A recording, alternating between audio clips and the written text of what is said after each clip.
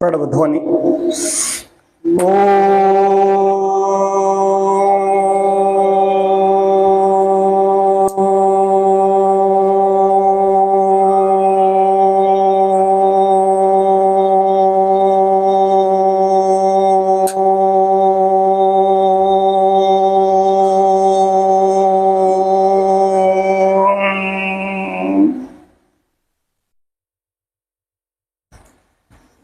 आज ओम पर चर्चा कर रहा हूं। ओम, अभी हमने ओम का जो उच्चारण किया सभी ने, इससे पहले मंत्र हमने पढ़े, प्रार्थना की, उसमें भी सब में ओम ओम विश्वानि देव, वहां पर इतना दीर्घ ओम नहीं खींचा। सभी मंत्र ओम से ही प्रारंभ किए। यजन करने के बाद में, यज्ञ करने के बाद हम लोग इस पर चर्चा कर रहे हैं कि ओम कितने प्रकार के लिखे जाते हैं। एक तो देखते हो कि ओम ओ बनाया गया, उसके बाद 3 लिख दिए जाते हैं और मां लिख दिया जाता है, तो लोग समझते हैं कि ये आर्य समाज का है। एक ए ओम लिखा हुआ है, ए ओम, ऊ दीर्घ ऊ, बड़ा ऊ बनाया गया, उसके ऊपर चंद्र बिंदी रख दी गई। एक ओम ये होता है। एक ओम होता है, देखते हो खाली ओ लिख दिया, मां लिख दिया, मां हलंत लगा दी, ओम हो गया। एक ओ बनाया, उसके ऊपर बिंदी रख दी, सिर्फ बिंदी, चंद्र बिंदी, खाली बिंदी, ओ बनाया, बिंदी रख दी। 4 प्रकार के होते हैं। हालांकि ओम बहुत व्यापक, इसके बारे में मैं क्या चर्चा कर पाऊंगा। ओम में उत्पत्ति, स्थिति, प्रलय सब कुछ समाहित है। किसी कोई चीज उत्पन्न होती है, फिर उसका विकास होता है, स्थित विकास होता है, उत्कर्ष होता है, उसके बाद में प्रलय हो जाती है। मुंह बंद था, अ उ और मां 3 से बना, और आ उ ये व्याकरण में है, आ प्लस आ धन उ, जब एक में मिलेंगे तो क्या हो जाएगा, ओ हो जाएगा, ओ हो जाएगा। तो एक में जब हम उच्चारण करते हैं आ उ एक साथ में, एक कंठ से स्वरयंत्र से हम नहीं बोल सकते, कोई नहीं बोल सकता, तो ओम इसलिए बोला जाता है।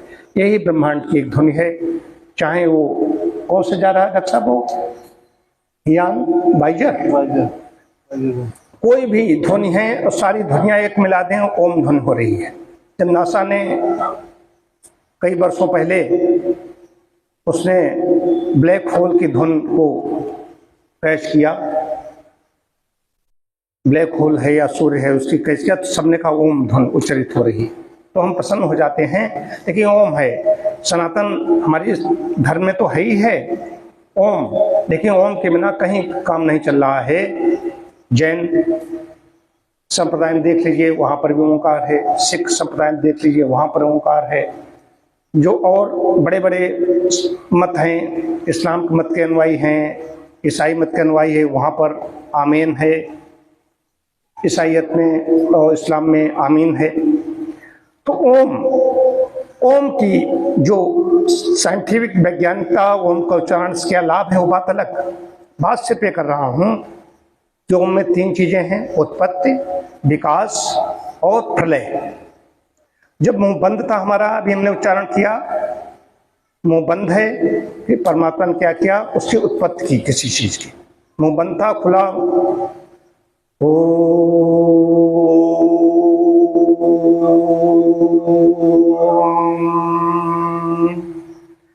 मुंह खुला, खुलने के बाद गोल गोल बन गया, गोल गोल बन गया। गोल के बाद में म में आते ही होठ बंद हो गए, प्रलय हो गया। होठ खुले, उसका गोल गोल बन गए, उसका विकास हुआ, उसके बाद मां आते प्रलय हो गया। ये सृष्टि के बारे में परिभाषा आ गई। अब 4 प्रकार का ओम है, चारों प्रकार का ओम सही है। जो अभी हमने सबसे पहले प्रारंभ में किया था, फिर कर लेते हैं। उसमें प्लुत लगा हुआ है। जो 3 है, ये क्या है, प्लुत, ह्रस्व, दीर्घ और प्लुत, 3 चीजें होती हैं। नहीं पढ़ा है तुम लोगों ने। ह्रस्व, दीर्घ और प्लुत। तो उसमें ह्रस्व क्या है कि कोई छोटा ऊ, छोटा बड़ा ऊ नहीं होता है, ह्रस्व ऊ, छोटा ऊ है, छोटी ई है, अ आ इ ई, उ ऊ ए ओ ए सब अंगा, तो उसमें जो ए है वो ऊ है, तो दीर्घ क्या है? एक तो दीर्घ हो गया कि ये दीर्घ स्वर हो गया, जैसे कि अभी अभिषेक में क में अ का उच्चारण हो रहा है, का में आ छुपा हुआ है, नहीं अध्ययन है वो अलग चीज, सुनो उसको गंभीरता पूर्वक। का है उसमें ऑटोमेटिक अ छुपा हुआ है, लेकिन आ नहीं है, अभिषेक का नहीं है, अभिषेक।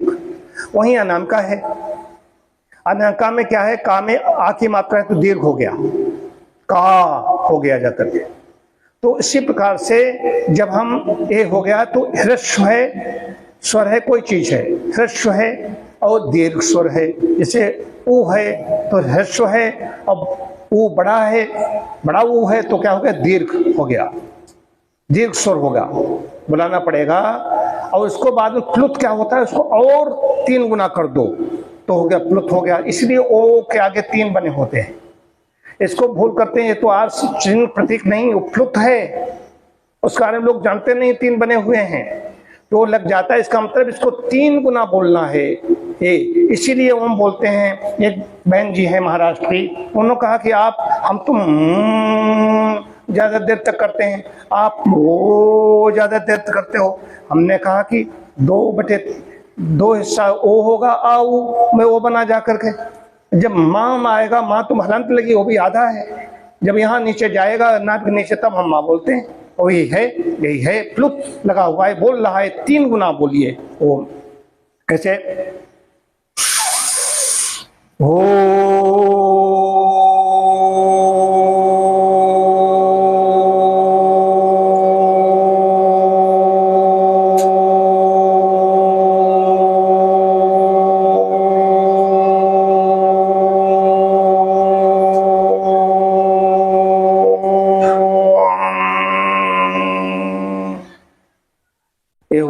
प्लुत वाला ओम हो गया।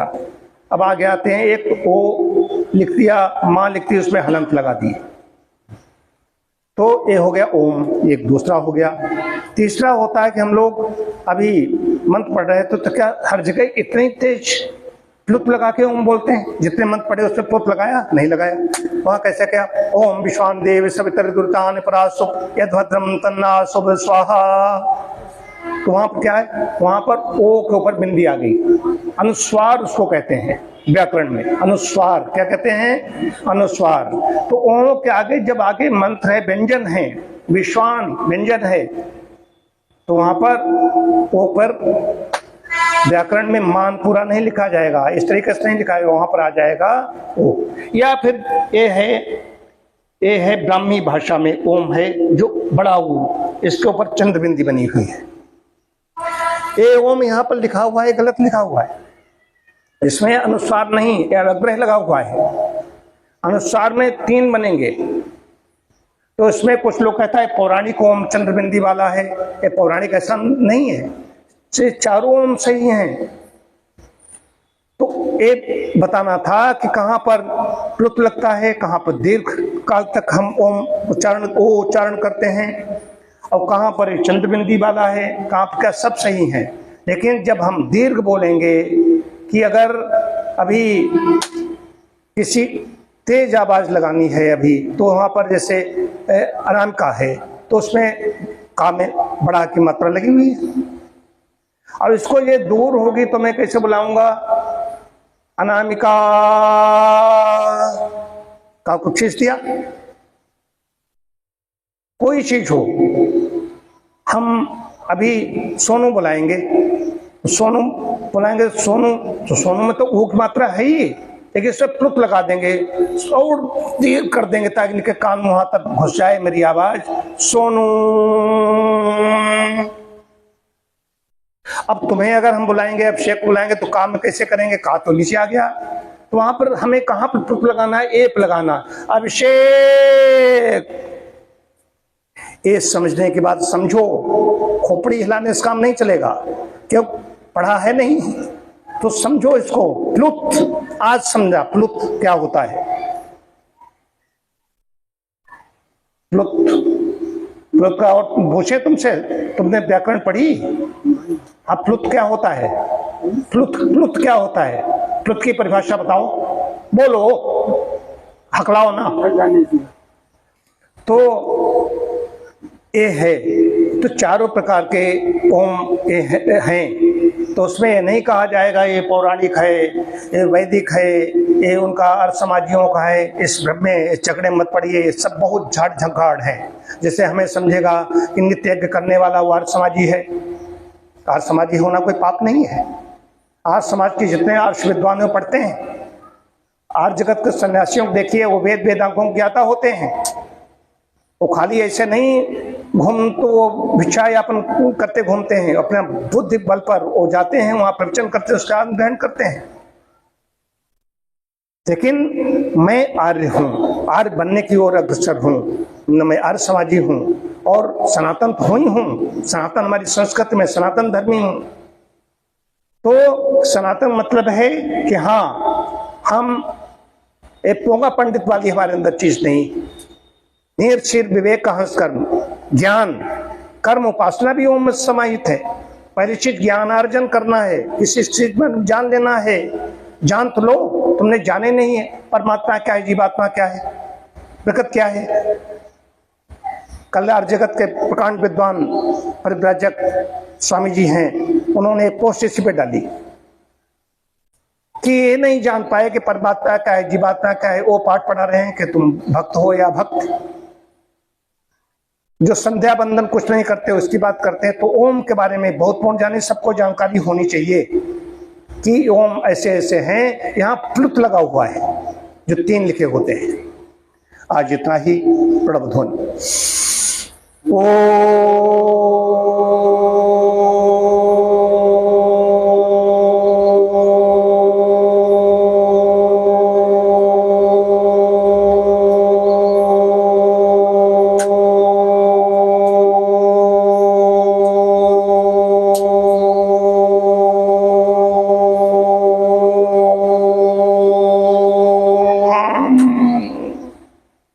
शांति शांति शांति। सर्वेभ्यो नमः।